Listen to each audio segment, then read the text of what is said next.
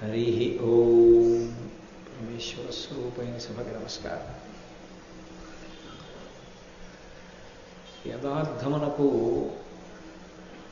ఈ భూమండలం మొత్తం మీద భగవంతుణ్ణి చేర్చడానికి మనుష్యకోటికంతటికీ సాధనంగా చెప్పబడినటువంటి శాస్త్రముతో కూడుకున్నటువంటి ఏకైకమైనటువంటి విశ్వాసము సనాతన ధర్మం ఒక్కటే. అందుకే సనాతన ధర్మము ఎప్పుడు పుట్టింది అని అడిగితే దానికి జవాబు ఉండదు. వేదం ఎప్పుడు పుట్టింది అని అడిగితే జవాబు ఉండదు. ఈశ్వరుడు ఎప్పుడు పుట్టాడు అని అడిగితే జవాబు ఉండదు. ఈ మూడిటికి జవాబులు ఉండవు. ఎందుకు ఉండవు అంటే ఒక్కటే కారణం, అనాది. పరమేశ్వరుడు ఎప్పుడున్నాడు అని అడిగారనుకోండి, మీరు ఏది మొట్టమొదట ఉన్నది అని చెప్తారో దానికన్నా ముందు ఈశ్వరుడు ఉన్నాడు. పూర్వజ అని. ఎవ్వని చేజనించు జగమెవ్వని లోపల నుండు లీనమై ఎవ్వని ఎందుడిందు పరమేశ్వరుడెవ్వడు మూల కారణం బెవ్వడనాది మధ్యులుడెవ్వడు సర్వము తానయైన వాడెవ్వడు వాని ఆత్మభౌమీశ్వరుడే శరణంబు వేడెదన్నంటారు పోతన గారు భాగవతంలో. అన్నిటికన్నా ముందున్నవాడు పరమేశ్వరుడు. అన్నిటికన్నా ముందున్నవాడు ఆయన ఊపిరి వేదం. భగవంతుడు, భగవంతుని యొక్క ఊపిరి రెండు వేరుగా ఉండవు. ఆ వేదము ఈశ్వరుడి యొక్క ఊపిరి అయితే ఆ వేద మంత్రములను ధ్యానస్థితి యందు విన్నటువంటి వారిని ఋషులు అని పిలిచారు.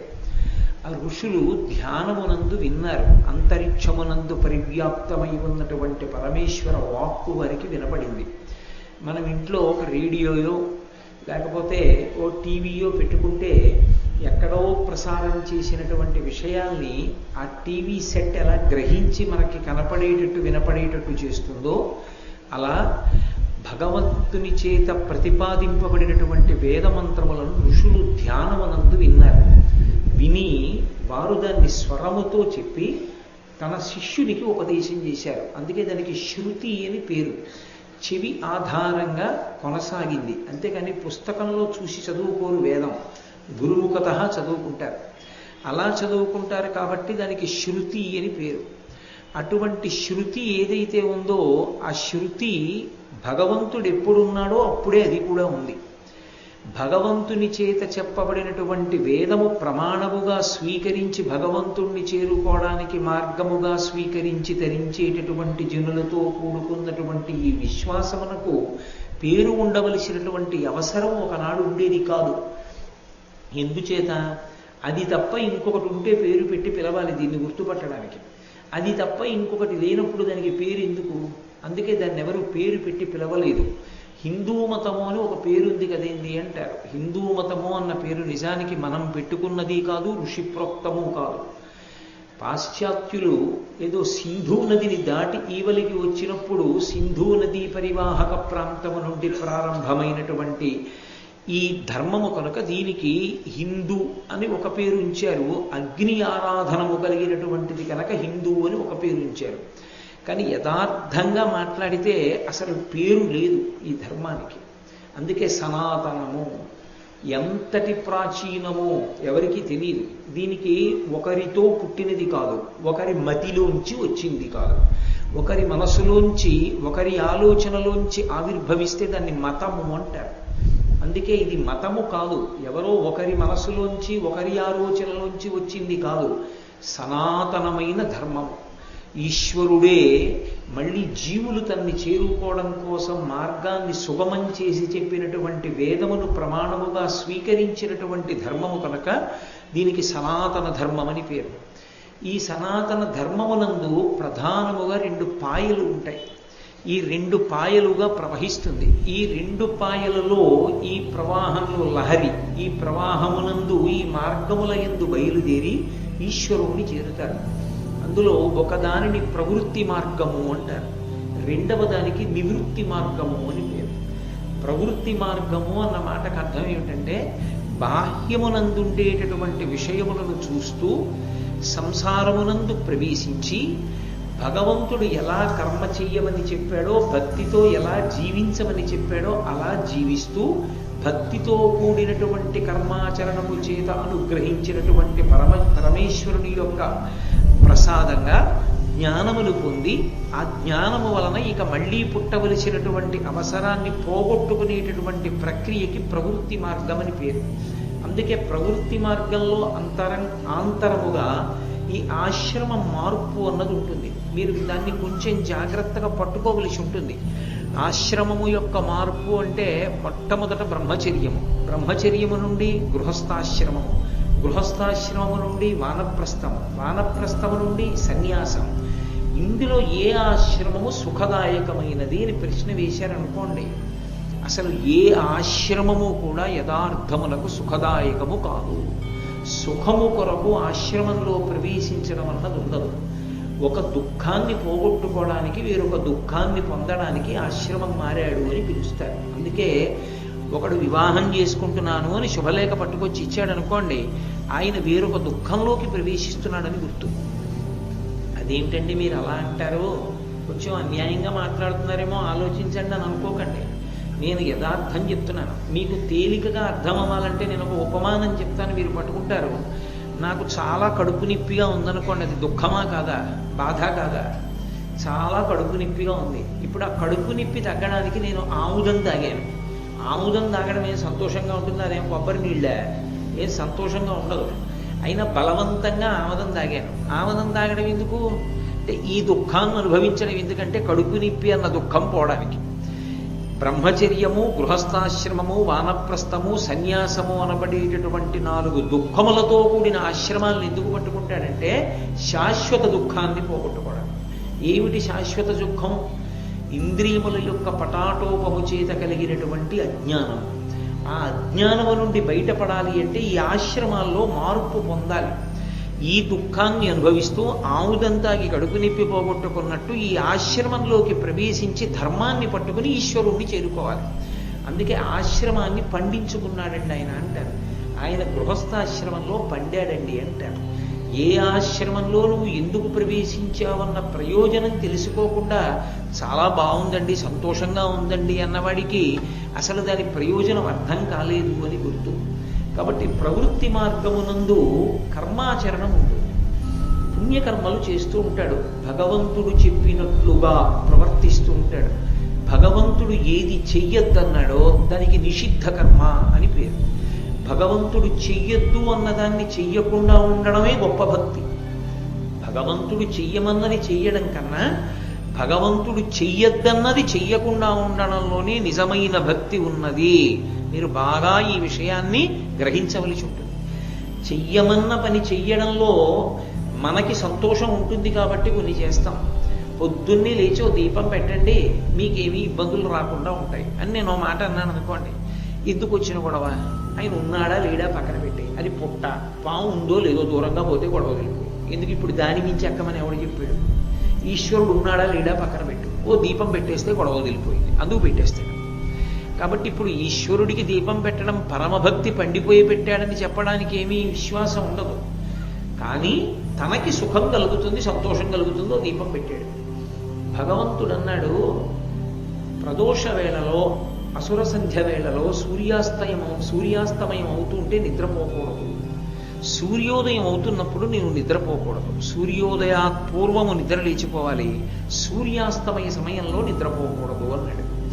ఇప్పుడు ఆయన అలా చెప్తాడు కానండి, ఎంతకని మరి అలిసిపోయాం కదూ అని అసలు తన జీవితం మొత్తం మీద ఎప్పుడూ సూర్యోదయాత్ పూర్వం తను లేవలేదనుకోండి, అది పెద్ద పాపం.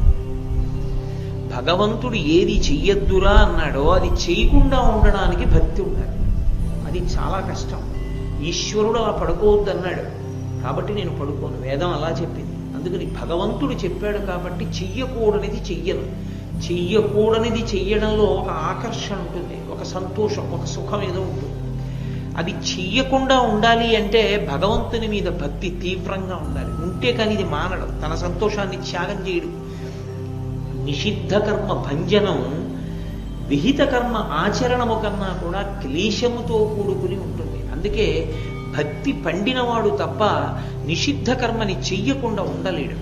నిషిద్ధ కర్మ చెయ్యకుండా ఉండాలి అంటే, అమ్మో నేను ఇలాంటి పని చేస్తే నేను పరమేశ్వరుడికి దూరం అవుతాను, నాకొద్దు, నేను ఈశ్వరుడికి దగ్గరగా ఉండడమే నాకు కావాలనుకున్నవాడు ఎంత ఆకర్షణీయంగా ఉన్నా సరే తప్పు పని చేయడానికి సిద్ధపడడం.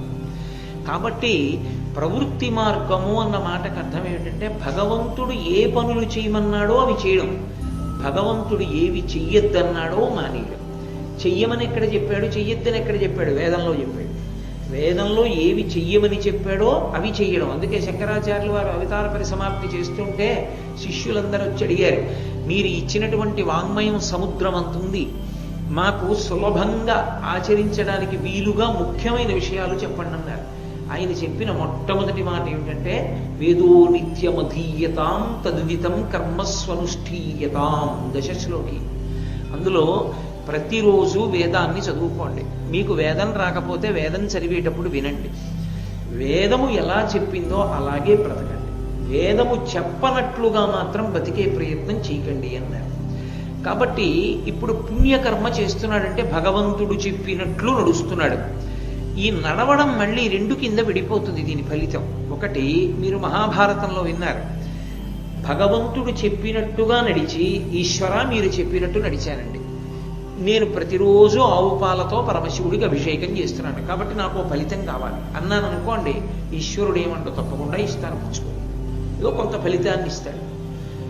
నేను ఏదో ఒక శివలింగాన్ని ప్రతిష్ఠ చేశాను, నాకు ఫలితం కావాలి, పుచ్చుకో, ఇస్తాడు. కానీ అది అనుభవించడానికి శరీరాన్ని ఇస్తాడు. అప్పుడు ఆ శరీరంతో మళ్ళీ ఆ పుణ్యము యొక్క ఫలితాన్ని అనుభవించాలి. పాప ఫలితాన్ని అనుభవించడం ఎలా ఉంటుందో పుణ్య ఫలితాన్ని అనుభవించడం కూడా అలాగే ఉంటుంది. రెండూ జనకములే, రెండూ దుఃఖాన్ని ఇస్తాయి. ఒకటి పైకి కనపడదు దుఃఖాన్ని ఇస్తున్నట్లు, కానీ దుఃఖాన్ని ఇస్తుంది. ఎందువల్ల అంటారేమో, చాలా ఐశ్వర్యం ఉందనుకోండి, ఆయనకి ఎప్పుడూ భయమే, ఎట్నుంచి ఎవడొస్తాడో ఇదంతా ఎవడెత్తుకుపోతాడో అని భయం. కాబట్టి కేవలము పుణ్యము వలన వచ్చేటటువంటి ఫలితములు సంతోషదాయకములవుతాయని ఏం లేదు. కాబట్టి పుణ్యం వల్ల వచ్చే ఫలితాన్ని అనుభవించాలని కోరుకున్న వాళ్ళు కొంతమంది ఉంటారు. వాళ్ళకి ఇహలోకమునందు పునర్జన్మలలో కొన్ని సుఖాలు, అథవా స్వర్గలోకంలో కొన్నాళ్ళు ఉండడానికి అవకాశం ఇస్తారు. ఆ పుణ్యం అయిపోయాక క్షీణే పుణ్యే వర్త్యలోకం విశంతి, మళ్ళీ కిందకి తోసేస్తారు. కాదు, కొంతమంది ఏం చేస్తారంటే దాన్ని రెండవ మార్గంలోకి పెడతారు. మేము పుణ్యకర్మ చేస్తాం, భగవంతుడు ఏం చెప్పాడో అదే చేస్తాం, భగవంతుడు ఏది చెయ్యొద్దన్నాడో అది చెయ్యం. మేము ఎందుకు అలా ఉంటామో తెలుసా? మాకేదో పుణ్యం రావాలని, అది మళ్ళీ అనుభవించాలని కాదు, మాకు చిత్తశుద్ధి కలిగి జ్ఞానం కలగాలి. ఏ జ్ఞానము కలిగితే ఇక నేను మళ్ళీ పుట్టవలసిన అవసరం ఉండదో అటువంటి జ్ఞానమును పొందడానికి మోక్షము అని పేరు. మోక్షము అంటే ఎప్పుడో చచ్చిపోయిన తర్వాత వచ్చేది మోక్షం అనుకోకూడదు. మోక్షము అన్న శబ్దాన్ని రెండుగా అన్వయం చేస్తారు. ఒకటి జీవన్ముక్తుడు, రెండు విదేహముక్తి అని రెండు మాటలు. జీవన్ముక్తుడు అన్న మాటకు అర్థం ఏమిటంటే శరీరంతో ఉండి ఈ శరీరము నేను కాదు, నేను ఆత్మ అన్న భావనతో నిరంతరము స్థిరీకరణ పొంది అనుభవంలో ఉంటారు. అపరోక్షానుభూతి అంటారు శంకరాచార్యులు వారు. నాలా నోటితో చెప్పడం కాదు, ఆత్మని అనుభవంలోకి తెచ్చుకుంటాడు. తాను ఆత్మగా మిగిలిపోతాడు, నేను శరీరం కాదు అంటాడు. నడిచే దేవుడిని పేర్గాంచినటువంటి మహాపురుషులు, కంచికామకోటి పీఠాధిపత్యం వహించిన చంద్రశేఖరేంద్ర సరస్వతి మహాస్వామి వారికి శరీరం వృద్ధాప్యాన్ని పొందినప్పుడు కన్ను కనపడడం మానేసింది, కేటరాక్ట్ వచ్చింది. ఆయనకి ఆ కన్ను ఆపరేట్ చేస్తామన్నారు డాక్టర్లు. ఆయన తనని ముట్టుకోవడానికి ఒప్పుకోలేదు, అందుకని ఆపరేట్ చేయడం కుదరలేదు. ఆఖరికి డాక్టర్లు ఆయనకి కంటికి ఆ శుక్లం అడ్డొచ్చి పడుతున్న ఇబ్బంది చూసి, అయ్యా మడి కట్టుకుని ముట్టుకుని ఆపరేట్ చేస్తాం అన్నారు. మడి కట్టుకుని ముట్టుకోవడానికి ఆయన ఒప్పుకున్నారు. కానీ ఒక షరతు, ఎనస్థీషియా ఇవ్వకూడదు, అంటే నాకు మత్తు ఇవ్వకూడదు. మత్తు ఇవ్వకుండా మీరు కన్ను శస్త్రచికిత్స చేయండి. అయ్య బాబోయ్, మత్తు ఇవ్వకుండా కంటికి శస్త్రచికిత్స చేయడం అంటే తట్టుకోగలరా? ఆయన అన్నారు, నేను ధ్యానంలోకి వెళ్ళిపోతాను. నేను ధ్యానంలోకి వెళ్ళిపోయినప్పుడు శరీరం నుంచి విడిపోతాను. విడిపోయి నేను ఏ వస్తువుని చూస్తున్నానదో దానితో తాదాత్మ్యత చెందుతాను. అప్పుడు నాకు ఈ శరీరములకు సంబంధించిన ధ్యాస ఉండదు. ఈ ఊళ్ళోనే ఉన్నారు మహానుభావుడు పొందినటువంటి సమాధి స్థితిని చూస్తుండేవారు. వెళ్ళి పల్లకీలో కూర్చుని ఉండిపోతుండేవారు ఆయన అని ఆయన ధ్యానమునందు ప్రవేశించారు. వైద్యులు వెళ్ళి ఆయన కన్ను కోసి శుక్లాన్ని తొలగించారు. తొలగించి తరువాత ఆయనే ధ్యానంలోంచి బహిర్ముఖులయ్యారు. ఆ తర్వాత ఆయన కళ్ళజోడు పెట్టుకు తిరుగుతూ ఉండేవారు. అది అటువంటి స్థితిని, అంటే ఇక్కడే శరీరంతో ఉండి కూడా ఈ శరీరము నేను కాదు, ఆత్మ నేను అన్న అనుభవంలోకి ప్రవేశిస్తే జీవన్ముక్తుడు అంటారు. అయినా ప్రారంధం అయిపోయే వరకు మాత్రం శరీరంతో ఉంటారు. ఆఖరిని ఎప్పుడు ఆ శరీరం పడిపోయే సమయం ఆసన్నమవుతుంది. అప్పుడు సాక్షిగా చూస్తారు ఆ శరీరం పడిపోవడాన్ని. ఏం పెద్ద హడావిడి తెలుస్తుంది, పడిపోతోంది శరీరం, ఆ సమయం ఆసన్నమైందని. ఏమీ బెంగపెట్టుకోరు. పరమాచార్య స్వామి వారి శరీరం విడిచిపెట్టేస్తున్న సమయంలో జయేంద్ర సరస్వతి, శంకర విజయేంద్ర సరస్వతి స్వాములు ఇద్దరు వచ్చి మేము మెద్రాస్ పట్టణం పెడుతున్నాం అన్నారు. వెళ్ళిరండి శుభం భూయాత్. వాళ్ళిద్దరు వెళ్ళిపోయారు. పక్కన ఎప్పుడు పరిచారికుడు ఉంటాడు, పీఠాధిపతి చక్రవర్తితో సమానం పరిచారికుడు ఉంటాడు. ఏదో వంక పెట్టి పంపించేశారు. తల్లిగారి ఒక చిత్తరువు తెప్పించుకుని ఒక్కసారి అమ్మ వంక చూశారు. శరీరం ఇచ్చినది అమ్మ. ఈ శరీరములోకి మళ్ళీ రాకుండా అవసరం లేని జ్ఞానం ఇచ్చిన వారు గురువు గారు. కలవై వంక తిరిగి గురువు గారికి నమస్కారం చేశారు. శరీరం వదిలిపెట్టేశారు. విదేహముక్తి అంటారు. అంటే శరీరాన్ని కూడా వదిలిపెట్టి అంతటా నిండిపోయిన ఆత్మస్వరూపులైపోతారు. ఇప్పుడు పరమాచార్య స్వామి వారు ఎక్కడ ఉన్నారు అని మీరు నన్ను అడిగారనుకోండి, పరమాచార్య స్వామి వారే మాట్లాడుతున్నారు ఈ పక్కన కూర్చొని. మీకు వినపడేది కోటేశ్వరరావు గారు మాట్లాడినట్టు, నేను మాట్లాడేది కాదు. మహానుభావుడైనటువంటి పరమాచార్య స్వామి వారే అనుగ్రహిస్తారు. వారు భగవాన్ రమణులు, శంకర భగవత్పాదులు, వారందరూ ఆ స్థాయిని పొందినటువంటి వారు. వారి శరీరము కనపడది కానీ వారు అన్నీ తెలుసుకుంటూ ఉంటారు. అందుకే ఇప్పటికీ కంచిలో బృందావనం దగ్గరికి వెళితే ఆయన అంతేవాసులు వెళితే పేరు చెప్తారు, స్వామి ఫలానా వారు వచ్చారు అని చెప్తారు. ఎందుకంటే వారు గ్రహిస్తారు. విదేహముక్తి అంటారు. శరీరాన్ని విడిచిపెట్టేసి అంతటా నిండిపోయిన ఆత్మగా ఉండిపోతారు. ఇప్పుడు కొంతమంది పుణ్యకర్మాచరణము చేసి దానికి ఏదో ఫలితం కావాలి, డబ్బులు కావాలి, దశకం కావాలని అడగరు. మాకు చిత్తశుద్ధి కావాలని అడుగుతారు. దాని వలన ఏమవుతుందంటే పూర్వజన్మలలో చేసుకున్న పాపరాశి కూడా ధ్వంసమైపోతుంది. ఈశ్వరుడి కృప కలుగుతుంది వారికి. ఆయన అనుగ్రహం చేత వారి సంచిత పాపం కూడా దగ్ధమైపోయి వారికి జ్ఞానము కలుగుతుంది. జ్ఞానము కలగడము అన్న మాటకు అర్థం పుస్తకాలు చూసి చదువుకోవడము అని కాదు. ఏది శాశ్వతమైనదో ఆ ఆత్మ అనుభవంలోకి వస్తుంది. ఆ ఆత్మ అనుభవంలోకి రాగానే వారు ఆత్మగా మిగిలిపోతారు. ఇంకా అదే పునరావృత్తి రహిత శాశ్వత శివ సాయుధ్య స్థితికి కారణమవుతుంది. కాబట్టి ప్రవృత్తి మార్గమునందు ఒకటి ఇహమునందు సౌఖ్యము, పారలౌకిక సౌఖ్యము అంటే స్వర్గాది లోకములను పొందడానికి కొంత హేతు. మాకు అలా అక్కర్లేదనుకున్న వాళ్ళకి చిత్తశుద్ధికి కారణమవుతుంది. దాన్ని ప్రవృత్తి మార్గం అంటారు. కొంతమంది ఈ ప్రవృత్తి మార్గంలో నడవరు, నివృత్తి మార్గంలో నడుస్తారు. ముందుకి నడిస్తే ప్రవృత్తి మార్గం అంటారు. భగవంతుడు చెప్పినటువంటి పనులు ఏ ఉన్నాయో, చెయ్యొద్దన్న పనులు ఏ ఉన్నాయో చూసుకుని చెయ్యొద్దన్నవి మానేయడం, చెయ్యమన్నవి చెయ్యడం, అది ప్రవృత్తి మార్గం. పనులు చేస్తూ ఉంటాడు కాబట్టి కర్మ మార్గంలో ముందుకెడుతూ ఉంటాడు. నివృత్తి మార్గం అలా కాదు, లోపలికి పెడతాడు, తనలోకి తాను పెడతాడు. అంటే బయటికి వెళ్ళడం ఉండదు, ఇక లోపలికి పెడతాడు. అంతర్ముఖ సమారాధ్య బహిర్ముఖ సుదుర్లభ. లోపలికి వెళ్ళడం అంటే నయితి నయితి నయితి నయితి అని ధ్యానమనందు పరిశీలన చేస్తాడు. అదే పతంజలి అయితే అష్టాంగ యోగం అంటాడు. ఇది నేను కాదు, నేను కాదు, నేను కాదు. ఏది నేను కాదు? ఇది నేను, ఇది నేను అంటూ ఉంటాం మనం. ఇది నేను కాదు, ఈ శరీరం నేను కాదు. ఈ శరీరము నుండి జీవుడు పైకి వెళ్ళిపోయినప్పుడు కూడా ఇంకా ఇది ఉంటుంది, కానీ అప్పుడు ఇది ఉందని ఎవరు అంటలేదు. కాబట్టి ఇది నేను కాదు, మనస్సు నేను కాదు, ఇంద్రియము నేను కాదు. నేనెవరు? శివోహం శివోహం, ఆత్మ నేను అని నివృత్తి మార్గంలో ఒక్కొక్క దాన్ని విడిచిపెడుతూ పెడతాడు. విడిచిపెట్టడాన్ని నయితి నయితి నయితి నయితి అంటారు. సుందరకాండలో స్వామి హనుమ ఒక్కొక్కరిని చూస్తారు, ఈవిడ సీతమ్మ కాదు, నయితి నయితి నయితి నయితి. ఎంతకాలం?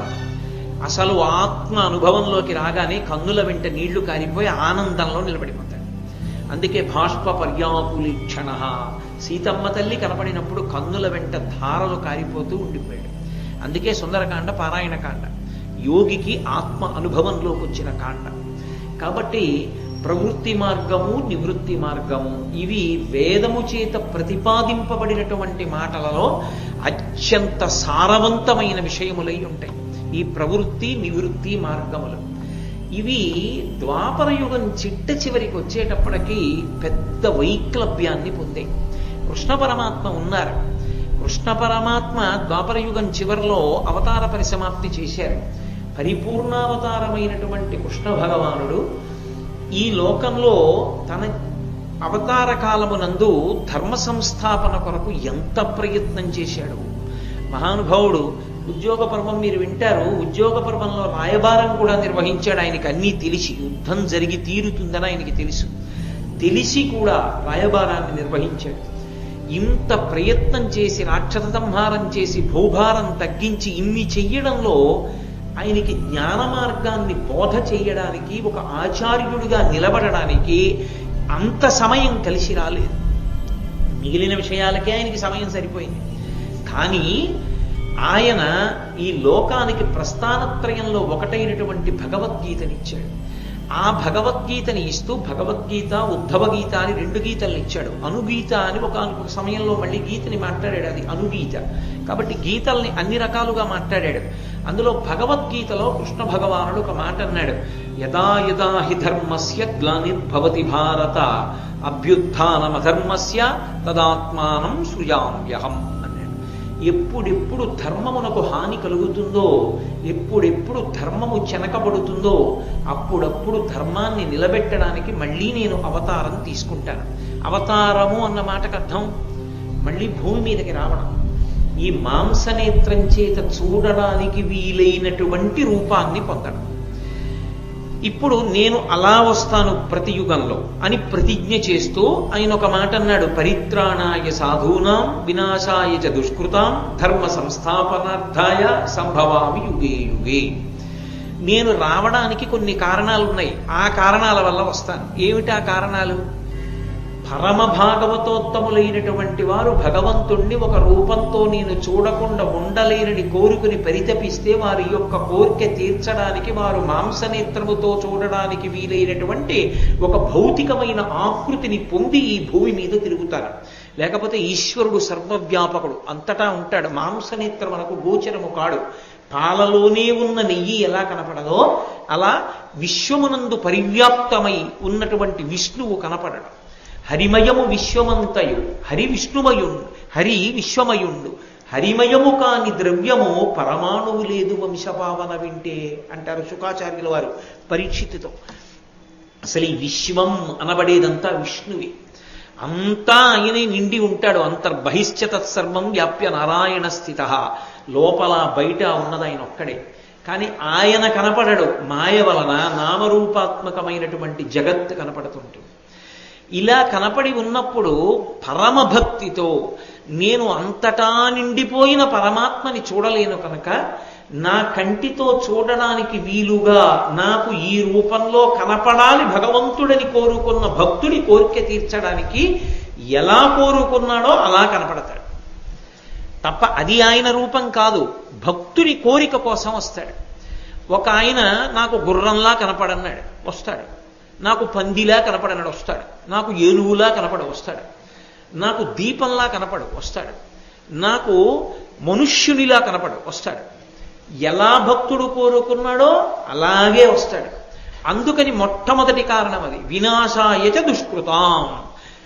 ఎవరు ధర్మాన్ని పాడు చేస్తున్న వాళ్ళు ఉన్నారో వాళ్ళని నాశనం చేయడానికి వస్తాను, వాళ్ళని చంపడానికి వస్తాను. కాబట్టి వినాశాయచ దుష్కృతాం ధర్మ సంస్థాపనార్థాయ. ఎందుకు ఈ రెండూ చేయడం అంటే ధర్మాన్ని నిలబెట్టడానికి. ధర్మ సంస్థాపనార్థాయ సంభవామి యుగే యుగే. నేను అందుకుని సంభవిస్తూ ఉంటాను అన్నాడు. ఇందులో మీరు ఒక చమత్కారాన్ని గమనించాలి. శ్రీ మహావిష్ణువు కూడా గురుస్వరూపంగా వస్తారు. అసలు యథార్థమునకు ఉన్నది ఒక్కటే పదార్థం. విష్ణువు కూడా జగదాచార్యుడిగా వచ్చి లోకానికంతటికీ తరించవలసిన మార్గం చెప్పినటువంటి అవతారములు ఉన్నాయి. అటువంటి విష్ణువు యొక్క అవతారములలో అత్యంత ప్రముఖమైన అవతారము శ్రీకృష్ణ భగవానుడు. ఆయనే జగద్గురువు. అందుకే కృష్ణం వందే జగద్గురుం అంటాం.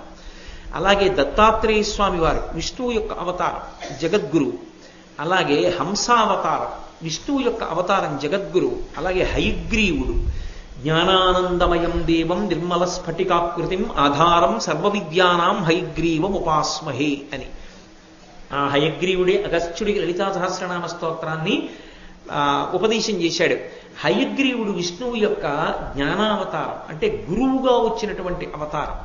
పరమశివుడు కూడా వచ్చాడు, దక్షిణామూర్తిగా వచ్చాడు. అందుకే చిత్రం వటతరోర్మూలే వృద్ధా శిష్యా గురుర్యువ గురోస్తు మౌనం వ్యాఖ్యానం శిష్యాస్తు చిన్న సంశయా గురవే సర్వలోకానాం భిషజే భవరోగిణాం నిధయే సర్వవిద్యానాం దక్షిణామూర్తయే నమః. పరమశివుడు దక్షిణామూర్తిగా వచ్చి వటవృక్షం కింద కూర్చుని సనక సనందనాది మహర్షులకు కేవలం ఒక చిన్ముద్ర పట్టి వారి యొక్క అజ్ఞానాన్నంతటినీ పోగొట్టి వారికి జ్ఞానబోధ చేశాడు. కాబట్టి శివుడు జగదాచార్యుడిగా వచ్చాడు. కానీ మీరు ఒక్క విషయాన్ని జ్ఞాపకం పెట్టుకోవాలి. ద్వాపర యుగం చివరకు వచ్చేటప్పటికి ఒక పెద్ద సమస్య ఒకటి బయలుదేరింది. అసలు ఇది ద్వాపర యుగం చివరిలోనే ప్రారంభమైపోయింది ఈ సమస్య. ద్వాపర యుగానికి పూర్వం వరకు, ద్వాపర యుగం యొక్క మధ్యకాలము నుండి ఆ పై వరకు రాక్షసులకు ఉపాధి వేరు. ఒక బల్లికి శరీరం బల్లి శరీరం ఉంటుంది, కుక్క శరీరం కుక్క శరీరం ఉంటుంది, నక్క శరీరం నక్క శరీరం ఉంటుంది, మనుష్య శరీరం మనుష్య శరీరం ఉంటుంది. అలాగే రాక్షసుల యొక్క శరీరములు వేరు. వాళ్ళ శరీరం చూడగానే వీడు రాక్షసుడు అని గుర్తుపట్టచ్చు. ద్వాపర యుగం చివరకు వచ్చేటప్పటికీ, ప్రత్యేకించి కలియుగంలోకి వచ్చేటప్పటికీ ఒక పెద్ద ప్రమాదం వచ్చింది. రాక్షసులకు ఉపాధి లేదు, రాక్షసులకు శరీరం ఉండదు. మరి ఎక్కడ ఉంటాడో రాక్షసుడు? మనుష్యుని యొక్క మనసు యందు ఉంటాడు, ఎక్కడో ఉండడు. మనుష్యుని మనసులోనే రాక్షసుడు కూర్చుని ఉంటాడు. ఇప్పుడు ఎలా గుర్తుపడతారు? అప్పుడంటే రాక్షసుడు తెలుసు కాబట్టి బాణం వేసి చంపాడు. అప్పుడు రాక్షసుడు తెలుసు గద పెట్టి కొట్టి చంపాడు. అప్పుడు రాక్షసుడి ఉపాధి తెలుసు గుర్తుపట్టి చంపాడు. ఇప్పుడు రాక్షసోపాధి తెలియదు, దేవాలయంలోకి వస్తాడు, ఎందుకు వచ్చాడో తెలియదు. అందుకే కలియుగంలో కర్మ ఏమైంది? వెళ్ళవలసిన భక్తులందరూ కూడా ఒళ్ళంతా తడివించుకుని వెళ్ళవలసి వస్తుంది. చేసే దౌర్భాగ్య పని ఎవడో ఓడు ఉంటాడు, వాడి కోసం మిగిలిన వాళ్ళందరూ కష్టపడతారు. వాడికి దేవాలయం మీద దృష్టి, అది విచిత్రం. కాబట్టి ప్రజల్ని పాడు చేసేవాడు ప్రజలతో మమేకమై పాడు చేస్తూ ఉంటాడు. రాక్షస బుద్ధి మనస్సు ఎందే ఉంటుంది. ఇప్పుడు రాక్షసుడిని ఎలా గుర్తుపట్టడం? గుర్తుపట్టలేరు. కాబట్టి ఇప్పుడు ఉపాధి వేరుగా లేదు కాబట్టి సంహారం చెయ్యడం అంత తేలిక కాదు. ఇప్పుడు కృష్ణ భగవానుడి యొక్క ప్రతిజ్ఞకి చిన్న ఇబ్బంది వచ్చింది. ఆయన ఏమన్నాడు? వినాశాయచ దుష్కృతాం, నేను దుష్కర్మలు చెడ్డ పనులు చేసేవారిని చంపేస్తానన్నాడు. అంటే ఆయన ఉద్దేశ్యం ఏమిటి? రాక్షస సంహారం చేస్తాను. ఇప్పుడు మనుష్యులలో చెడ్డ పనులు చేసేవాళ్ళు అని గుర్తుపట్టి చంపేయడం పరమేశ్వరుడికి పెద్ద విషయం కాదు, చంపేస్తాడు. కానీ కలియుగంలో కలి యొక్క ప్రభావం చేత దుష్టకర్మలన్నీ మనసు యందు కూర్చునుంటాయి అన్న మాటకు అర్థం, మనసు యందు దుష్టమైన ఆలోచనలను పురికొల్పేవే ఎక్కువగా ఉంటాయి. దుష్టమైన ఆలోచనలే ఎక్కువగా మనసులో పుడుతూ ఉంటాయి. కారణం ఏంటి? అగ్నిహోత్రం ఉందనుకోండి, మీరు అటొచ్చి ఇటొచ్చి నెయ్యి పోస్తున్నారు అనుకోండి, పెరుగుతూనే ఉంటుంది. ఏవి చెడు ఆలోచనలో వాటిని పెంచేవన్నీ కూడా మీకు కనపడుతుంటాయి. ఏవి మంచి ఆలోచనలో వాటిని పెంచేటటువంటివి తక్కువగా కనపడుతుంటాయి. మీరు అంతవరకు ఎందుకండి?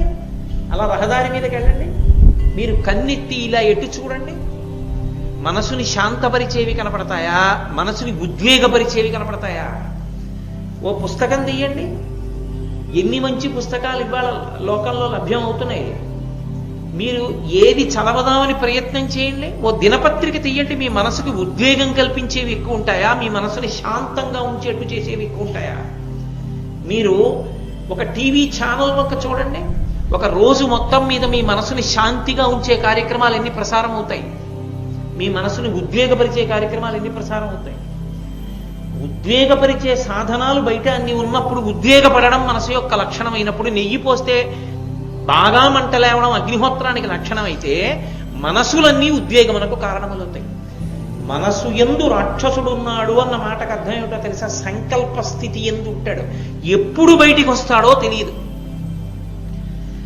మనసుని ఆశ్రయించి ముందు ఆలోచనలో తేడా ఉందనుకోండి, నేను ఏదో ఎప్పుడు దుష్టమైన ఆలోచనతో ఉంటున్నాను అనుకోండి, మీకు ఎలా తెలుస్తుంది? మీకు తెలియదు. నా మనస్సు యందు ఆ పరిస్థితి బాగా ఉద్ధృతమైన నాడు నేను చెడ్డ పని చేసేస్తాను. ఆ చెడ్డ పని నేను ఎప్పుడు చేస్తాను అన్నది పసికట్టడం అంగుళం అంగుళం పోలీసులు పెట్టినా మీరు పట్టుకోగలరా? అంగుళానికి ఓ పోలీసుని నిలబెడితే పట్టుకోవడం కుదురుతుందా? కుదరదు. ఇది మనసులో రాక్షసుడు ఉన్నాడు, వాడు ఎప్పుడు ఏం చేస్తాడో తెలియదు. వాడికి అవకాశం బలంగా ఏర్పడగానే వాడు చేస్తాడు. వాడిని తొక్కి పెట్టి ఉంచగలిగిన సత్వగుణం ఉన్నంతకాలం భయానికో భక్తికో అణిగుంటాడు. అవకాశం దొరికి లోపల ఉన్న రాక్షస ప్రవృత్తి పెరిగిందనుకోండి, దుష్ట పని చేసేస్తాడు. ఎంతమంది రక్షక భటుల్ని పెట్టి మీరు ఆపుతారు? ఎలా సాధ్యం అవుతుంది? వినాశాయచ దుష్కృతాం ఎలా సాధ్యం కలియుగంలో? ఇది పెద్ద సమస్య. ఇది కారణం రాక్షసోపాధి మనుష్యోపాధి విభాగం లేదు. ఆ ఉపాధి ఈ ఉపాధి వేరుగా లేవు. రాక్షసుడు మనుష్యుని యందు కూర్చునున్నాడు. మనస్సు యందు ఉండడం అత్యంత ప్రమాదకరం. ఎందుకో తెలుసా? అన్నిటికన్నా ప్రమాదకరమైన విషయం ఏమిటి అంటే, మీకు ఎప్పుడైనా సరే ఒక చెడ్డ పని ఎలా చెయ్యొచ్చో తెలిసి ఉండడం. ఎందుకనంటే వ్యూహము ఉన్న తర్వాతే అది కార్యరూపాన్ని పొందడానికి పెద్ద అంతరమేమి ఉండదు. ఇంకా అసలు ఈ తప్పు పని ఇలా చెయ్యొచ్చు అని నాకు తెలిసిందనుకోండి, దాన్ని అలా అమలు చెయ్యమన్న ఆలోచన నాలో ఎప్పుడో అప్పుడు తీవ్రతరం అవుతుంది. నాకు అసలు ఆ తప్పు పని ఎలా చెయ్యొచ్చో తెలియదు అనుకోండి, నేను మీతో స్పష్టంగా చెప్పాలంటే, నేను ఎప్పుడూ ఇంత పవిత్రమైన వేదిక మించి ఆ మాట అనలేదు, కానీ ఇవాళ అంటున్నాను. నాకు పేకాడడం రాదనుకోండి, నాకు అసలు పేకాటలో డబ్బు పోగొట్టుకోవడమో, పేకాట ఆడి వ్యసనానికి వశం అవ్వడమో నాకు అవకాశం ఉండదు కాదు. బెబ్బే ఉత్తినేనండి, మా ఇంట్లో పెళ్ళప్పుడు ఆడుతూ ఉంటానండి. నేను తోచకపోతే ఆడతానన్నాను అనుకోండి, ఆ తర్వాత ఏమవ్వాలో అది ఎప్పుడప్పుడు అవుతుంది. మనసులోకి వ్యూహం ఉండడం ఎప్పుడు కార్యంగా మారుతుంది అన్నది చెప్పడం ఎవరికీ సాధ్యం కాదు. అందుకే అటువంటి దాన్ని, ఆ దుష్టకర్మకి సంబంధించిన ఆలోచన లోపల ఉన్నదాన్ని మొగ్గలో తెంపాలి తప్ప పువ్వు అయ్యాక తెంపడం కుదరదు. అది అవకాశాన్ని తీసుకుంటుంది, ఎప్పుడో అప్పుడు తీసుకుంటుంది జీవితం మొత్తం మీద. ఒకసారి తీసుకున్న తర్వాత ఎంత కిందకి జారిపోయారో ఇక లెక్క కట్టడం కష్టం. అందుకే చాలా విషయాలు తెలియకుండా ఉండడం మంచిది. చెడ్డ విషయాలు తెలియకపోవడం తప్పేం కాదు, చాలా సల్లక్షణం. అందుకే నిషిద్ధ కర్మ భంజనము. నాకు అసలు దానిలో ప్రవేశం లేదండి, నాకు తెలీదు అని నేను అన్నాను అనుకోండి, అది సల్లక్షణం. నాకు తెలుసు కానండి నేను చేయను అన్నాను అనుకోండి, ఎప్పుడైనా చేసే అవకాశం. కాబట్టి కలియుగంలో ఉండేటటువంటి పెద్ద ప్రమాదం అంతా ఎక్కడుంటుందంటే, ఎవడు ఎప్పుడు ఏం చేస్తాడన్నది మీరు ముందు లెక్క కట్టి చెప్పడం ఎవరికీ సాధ్యం కాదు. వీడిప్పుడు ఈ పని చేస్తాడండి అని మీరు చెప్పలేరు. ఓ కళాశాలలో చదువుకుంటున్న విద్యార్థి ఎంతో దురాగతం చేస్తాడని ఎవరు ఊహించరంతటి దురాగతం ఎవడో చేస్తాడు. ఎక్కడి నుంచి అంటే మనసులో ఉంది ముందు ఆ భూతం, అది అవకాశం వచ్చినప్పుడు బయటికి వస్తుంది. వాడికి అది తెలియదు అనుకోండి. అలా తెలియ చెప్పకూడని వాళ్ళు చాలా మంది ఉంటారు లోకంలో. వాళ్ళకి తెలియకూడనివి చెప్పకూడదు, అందుకని ఇవి అనవసరం అన్నారనుకోండి, చాలా మందికి తెలియవు. నువ్వు నిగ్రహం పాటించి తెలుసుకోకుండా ఉండు తప్ప మేము అన్నీ చెప్తామన్నారు అనుకోండి, ఆ నిగ్రహానుగ్రహ సమర్థత లేనివాడు తెలుసుకుని పాడైపోతాడు. అప్పుడు అందులో పెద్దవాళ్ళ దోషం కూడా ఉంది, మీరు కాదు అనడానికి అవకాశం ఉంది. కాబట్టి కలియుగమునందు ఈ రెండు ప్రమాదములు పటమరించాయి. ద్వాపర యుగం చివరకు వచ్చేటప్పటికీ కలియుగం ప్రారంభమయ్యేప్పటికీ మూడవ ప్రమాదం అంతకన్నా పెద్దది వచ్చింది. నేను మీతో మనవి చేశాను కదా, ప్రవృత్తి మార్గము నివృత్తి మార్గము అని రెండు మార్గములు.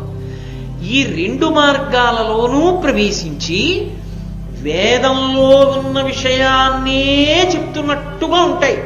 వేదానికి దూరంగా జరిగిపోయినట్లు మీకు దొరకదు. వేదంలో ఉన్నదే కదండి చెప్తున్నాడు అనిపిస్తుంది. అటువంటివి 72 మతాలు బయలుదేరాయి. ఒక్క వేదాన్నే ప్రమాణం చేసి మాట్లాడుతున్నామన్నారు. న్యాయము, మీమాంస, వైశేషికము, చార్వాకము, బౌద్ధము, జైనము, ఇవన్నీ కూడా వేదాన్ని ప్రమాణంగా చేసుకుని మాట్లాడుతున్నాం అన్నాయి. కానీ వైదికములు కాకుండా పోయి. వైదికము అన్న మాటకు అర్థం ఏంటో తెలుసా? వేదాన్ని 100% అంగీకరించి మాట్లాడటం. వేదం ఏం చెప్పిందో అందులో ఉన్న విషయాన్ని యథాతథంగా నువ్వు మళ్ళీ సొంత బుద్ధితో ఒకటి ఒప్పుకుని ఒకటి ఒప్పుకోకపోతే వైదికం అందరం. వేదంలో భగవంతుని యొక్క రూపాలు అనేకం చెప్తుంది వేదం. నాకు ఇష్టమైన రూపం ఒకటి నేను చెప్పి నాకు ఇష్టం లేదు కాబట్టి మిగిలిన దాని పేరు ఎత్తానంటే అది వైదికం కాదు, తప్పలేదు, వైదికం అనరు.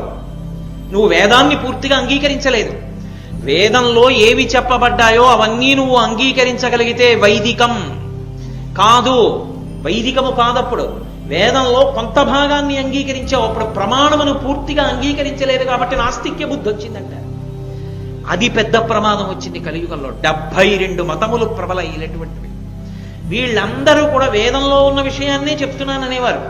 కర్మ మార్గం చెప్పినవాడు ఒకడు, అహింస అన్న పేరుతో చిత్ర విచిత్రమైన సిద్ధాంతాల్ని ప్రతిపాదన చేసిన వాడు ఒకడు, అసలు భోగమే తప్ప ఇవన్నీ ఏమీ లేవు అంటూ మాట్లాడిన వాడు ఒకడు, చార్వాకం. రకరకాలైనటువంటి వాదనలు బయలుదేరాయి. ఇందులో అసలు ఏది సప్రమాణం, ఏది పాటించాలి, ఏది పాటించకూడదు అయోమయం అయిపోయింది ప్రపంచం. అయిపోయి ఈ 72 వాదనల యొక్క మాయలో పడిపోయి ఎవరిష్టం వచ్చిన మార్గం వాడు పట్టుకున్నాడు. మార్గంలో విడిపోవడం ప్రధానం కాదు, అది వైదికం కానప్పుడు మీరు ఎక్కడ బయలుదేరారో అక్కడే ఉంటారు, అథవా ఉత్తర జన్మలలో ఇంకా కిందకి వెళ్ళిపోతారు. వైదిక ప్రక్రియ యందు మాత్రమే వెళ్ళవలసి ఉంటుంది. వేదం ఎలా చెప్పిందో అలాగే వెళ్ళాలి. ఇప్పుడు జనులందరూ మోసపోయి రకరకాలైన వేపుకు వెళ్ళిపోవడం ప్రారంభమైంది. కారణం, ఆకర్షణీయంగా మాట్లాడడం అలవాటైపోయింది. అసలు తన విశ్వాసంలో ఉన్నటువంటి బలమైన విషయం ఏమిటో చెప్పడం మాని పక్కదానిలో ఉన్నటువంటి లోపాన్ని ఎత్తి చూపించే వాళ్ళు ఎక్కువైపోయారు. లోపమని తను అనుకున్నదోటి ఎత్తి చూపిస్తుండడం. వేదము యొక్క ప్రమాణము నిరసింపబడింది. 72 అవైదికమైనటువంటి వాదనలు ప్రబలిపోయాయి. లోకాన్ని రక్షించేవాడు లేడు. వైదిక కర్మలు అడుగంటిపోయాయి. వైదిక కర్మ అన్న మాటకు అర్థం మీరు జాగ్రత్తగా పట్టుకోవాల్సి ఉంటుంది. వైదికము అన్న మాటలో అత్యంత ప్రధానమైన పాత్ర దేనిది అంటే అగ్నిహోత్రాన్ని. అగ్నిది అత్యంత ప్రధానమైన స్థానం. అగ్ని ముఖంగా హవిస్సులిచ్చి దేవతల్ని తృప్తిపరచడం అనేటటువంటి సిద్ధాంతము కేవలముగా ఒక్క సనాతన ధర్మమునందు మాత్రమే ఉన్నది. ఇక ఏ విశ్వాసమునందు లేదు. స్వాహ అంటూ అగ్ని ముఖంగా అగ్నిహోత్రము ద్వారా హవిస్సిచ్చి దేవతల్ని తృప్తిపరిచే ప్రక్రియ సనాతన ధర్మమునకు మాత్రమే చెందినది. ఇది అడుగంటిపోయింది. ఇది అడుగంటిపోతే ధర్మచక్రానికి సమస్య వస్తుంది. ధర్మచక్రానికి సమస్య ఎందుకు వస్తుందని మీరు అడగచ్చు. మనం అగ్నిహోత్రంలో హవిస్సిస్తే ఆ హవిస్సు పుచ్చుకున్న దేవతలు సంతోషించి వర్షాన్ని కురిపిస్తారు. ఆ వర్షం వల్ల పంటలు పండితే మనం సంతోషంగా ఉంటాం, నీళ్లు దొరుకుతాయి. దేవతలు ఆగ్రహం చెందితే వానలు కురిపించరు, సుఖంగా ఉండనివ్వరు. ఏది ఎంత పరిమితిలో ఉండాలో ఆ పరిమితిని అది దాటుతుంది. భోగం ఎక్కువైపోయి వైదికం పోయిందనుకోండి, ఏవి ఎలా ఉండాలో అలా ఉండవు, వాటి హద్దుల్ని అతిక్రమిస్తాయి. సముద్రానికి చెలియలి కట్ట అని ఉంటుంది, అది దాటకూడదు. చెలియలి కట్టని, సముద్రం చెలియలి కట్టని దాటడం మొదలు పెడతాం, దాటి ఊరు మీదకి వస్తుంది. అంటే దేవతాగ్రహమునకు కారణాలు అవన్నీ. ఎక్కడ దేవతలు తృప్తిగా ఉన్నారో అక్కడ అటువంటి పనులు జరగవు. దేవతలు తృప్తి పొంది ధర్మచక్రం తిరగాలంటే మనుష్యులు హవిస్సు ఇవ్వాలి. అగ్నిహోత్రంలోకి యజ్ఞయాగాది క్రతువులు జరగాలి. యజ్ఞయాగాది క్రతువులు చెయ్యక్కర్లేదన్న వాదనలు ప్రబలే. యజ్ఞం అక్కర్లేదు, యాగం అక్కర్లేదు, అవన్నీ హింసతో కూడుకున్నవి కాబట్టి అవన్నీ కాదు, అహింస అదే తరింపచేస్తుందని ఒక ప్రబలమైనటువంటి వాదం ఒకటి బయలుదేరి. కాబట్టి వేదము ప్రమాణము అంటూనే ధర్మచక్రం తిరగడం ఆగిపోయింది. యజ్ఞయాగాది క్రతువులు లేవు, హవిస్సులు లేవు, దేవతలు సంతోషించట్లేదు, దేవతలకు ఆహారం లేదు, వాళ్ళు ఆగ్రహం చెందారు, వానలు లేవు. లోకమంతా కూడా అవ్యవస్థతో కూడుకున్నటువంటి స్థితి ఏర్పడిపోయింది. ఇప్పుడు ఇన్నిటిని చక్కదిద్దాలి.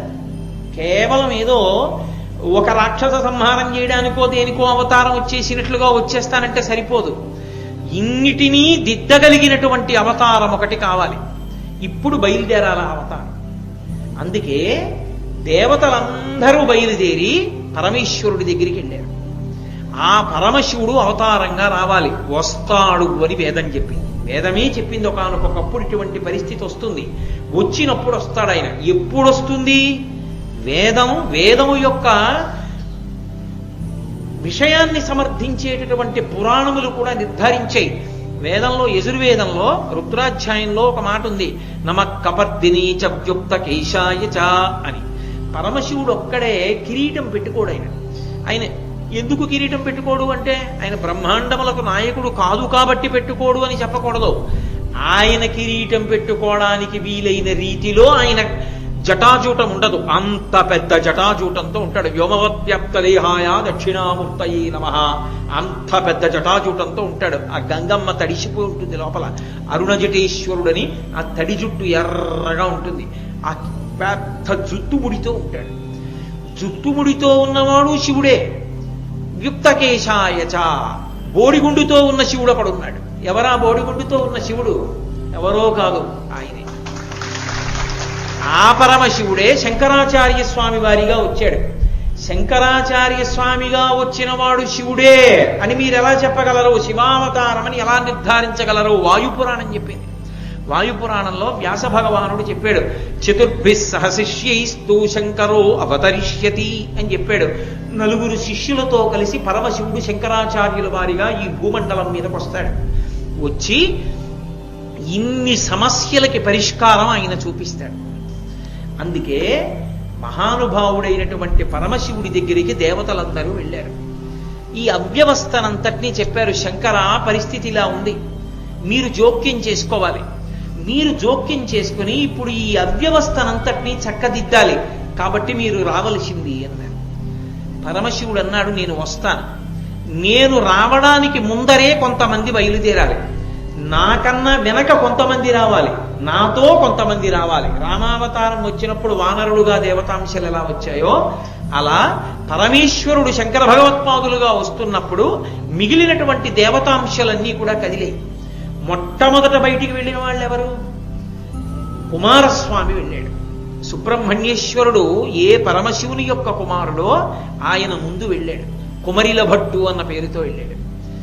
చతుర్ముఖ బ్రహ్మగారు సరస్వతీదేవితో కలిసి కదిలాడు. అందుకే శంకరాచార్యుల వారి కన్నా సురేశ్వరాచార్యుల వారు పెద్దవారు వయస్సులో. ఆయన బయలుదేరి భారతదేశంలోకి వచ్చాడు. భారతదేశంలోకి వచ్చి కర్మ మార్గంలో స్థిరపడ్డాడు. మండనమిశ్రుడు అన్న పేరుతో. ఆయన భార్యగా సరస్వతీదేవే వచ్చింది, సరసవాణి అన్న పేరుతో. ఆవిడే ఉభయ భారతి అని పిలుస్తుంటారు. సరస్వతీదేవి సరసవాణిగా వచ్చింది. తోటకాచార్యుల వారు అగ్నిహోత్రుడు తోటకాచార్యుల వారిగా వచ్చాడు. హస్తామలకాచార్యుల వారు వాయుదేవుడు, శ్రీ మహావిష్ణువు పద్మపాదాచార్యుల వారు. ఇన్ని అంశాలతో ఇంతమంది కదిలేరు. కొంతమంది ముందు కదిలేరు, కొంతమంది వెనక కదిలేరు. పరమశివుడు తాను కూడా కదిలి రావడానికి సిద్ధపడ్డాడు. శంకర భగవత్పాదులుగా శంకరాచార్య స్వామిగా రావడానికి అంగీకరించాడు. అయితే మొట్టమొదట కుమరిల భట్టుని బ్రహ్మగారిని ఈ భూలోకంలోకి మండనమిశ్రుడిగాను వెళ్ళమనడానికి కారణం ఏమిటి? ఎందుకు వెళ్ళమనాలి? వాళ్ళని ముందు వెళ్ళమని అండం ఎందుకు అంటే అందులో ఒక పెద్ద చమత్కారం ఉంది. ఎవరు వచ్చి ప్రార్థన చేశారు శివుడి దగ్గరికి? దేవతలు ప్రార్థన చేశారు. ఏమని ప్రార్థన చేశారు? ధర్మచక్రం ఆగిపోయింది, వేదాన్ని ప్రమాణంగా తీసుకుని అగ్నిహోత్రంలోకి హవిస్సులు ఇవ్వట్లేదు, యజ్ఞయాగాది క్రతువులు ఆగిపోయి యజ్ఞయాగాదులను నిరసించే వాళ్ళు ఎక్కువైపోయారు. వాళ్ళందరూ ఒక పేరు పెట్టుకుని పెద్ద ప్రబలమై భారతదేశం అంతటా వారి వాదన ఎక్కువైంది. కాబట్టి ఇప్పుడు యజ్ఞయాగాది క్రతువులు తరిగితే తప్ప మా ఆకలి తీరదు, దేవతలకి హవిస్సు దొరకదు. కాబట్టి నువ్వు యజ్ఞయాగాదులు మళ్ళీ జరిగేటట్టు చూడు అన్నారు. మొట్టమొదట దేవతల ఆకలో రామచంద్ర అని ఏడుస్తుంటే వాళ్ళకి అన్నం దొరకాలి. అందుకే సుబ్రహ్మణ్యుణ్ణి పిలిచి నువ్వు కుమరిల భట్టుగా వెళ్ళు, బ్రహ్మగారిని పిలిచి నువ్వు మండనమిశ్రుడిగా వెళ్ళన్నారు. సుబ్రహ్మణ్యేశ్వర స్వామి వారు కుమరిల భట్టుగా వచ్చి కర్మ మార్గాన్ని బోధించారు. కర్మ మార్గం జ్ఞాన మార్గానికి వ్యతిరేకం. శంకరాచార్యుల వారు చెప్పే నివృత్తి మార్గానికి కుమరిల భట్టు చెప్పిన కర్మ మార్గం వ్యతిరేకం. మరి వ్యతిరేక మార్గం చెప్పడానికి కుమారస్వామిని ఎందుకు పంపించాడు? దేవతల ఆకలి ముందు తీరాలి. కర్మ మార్గం అంటే జ్ఞానంతో సంబంధం ఉండదు, నివృత్తి మార్గం అన్నానే దాంతో సంబంధం ఉండదు. ఎంతసేపు వేదంలో చెప్పిన కర్మకాండ ఒక్కటే, అదొక్కటే పట్టుకుంటారు వాళ్ళు కర్మవాదులు. ఎలా స్నానం చేయమన్నారో అలా చేయడం, ఏది ఎలా చేయమన్నారో అలా చేయడం, అంతే. జ్ఞానంతో సంబంధం ఉండదు, ఇలా పుణ్యకర్మాచరణం చేస్తూ ఉండడం అంతే, అదొక్కటే. దానివల్ల జ్ఞానం పొందాలి, ఆ మాటకు ఆస్కారం వాళ్ళ దగ్గర ఉండదు. ముందు ఎందుకు అటువంటి మార్గంలో వచ్చాడు కుమరిల భట్టుగా సుబ్రహ్మణ్యేశ్వర స్వామి? అలా వస్తే తప్ప మళ్ళీ వేదాంతర్గతమైన కర్మకాండనంతటినీ సువ్యవస్థితం చేస్తే తప్ప ముందు యజ్ఞయాగాదులు జరగవు. యజ్ఞయాగాదులు జరిగితే తప్ప దేవతలకు అన్నం ఉండదు. దేవతలకు అన్నం పుడితే తప్ప వర్షాలు పడవు, వర్షాలు పడితే తప్ప ముందు ప్రజలు బతకడానికి అవకాశం ఉండదు. అందుకే అవతారమునందు 2 విశేషాలుంటాయి. మొదటిది దయ, రెండవది మాయను వశము చేసుకుని కూడా చేసుకోనట్టు ఉండుట. మీరు చాలా జాగ్రత్తగా పట్టుకోవాల్సి ఉంటుంది 2 విషయాలు. ఒకటి దయ, 2 మాయని వశం చేసుకుని కూడా చేసుకోనట్టు ఉంటారు ఒక్కసారి. ఎందుకలా అంటే మొట్టమొదటిది దయ. పరమశివుడు బయలుదేరి వస్తున్నాడంటే ఎందుకు వస్తున్నాడు? దయతో వస్తున్నాడు. శ్రీ మహావిష్ణువు రామావతారంగా వచ్చారంటే ఎందుకు వచ్చారు? దయతో వచ్చారు. శ్రీ మహావిష్ణువు కృష్ణావతారంగా వచ్చారంటే ఎందుకు వచ్చారు? దయతో వచ్చారు. అరే పాపం వీళ్ళు పాడైపోతున్నారే, వీళ్ళని మనం రక్షించాలని చెప్పి వచ్చారు. సౌందర్యలహరిలో శంకరాచార్యులు వారు అంటారు, అమ్మవారుట ఎప్పుడు కనుబొమలు ఇలా చిట్లించి ఉంటుంది. ఇలా చిట్లించి ఉంటే భయం కదా మనకి. ఇలా ఉందనుకోండి సంతోషంగా దగ్గరికి వెళ్తాం, ఇలా ఉందనుకోండి కోపంగా ఉంటే కదా ఇలా ముడేస్తారు. మరి ఇలా ఉంటే మనకు భయం ఏదు దగ్గరికి వెళ్ళడానికి. భ్రువౌ భుగ్నే కించిత్ భువన భయభంగ వ్యసనిని అన్నారు శంకరాచార్యులు.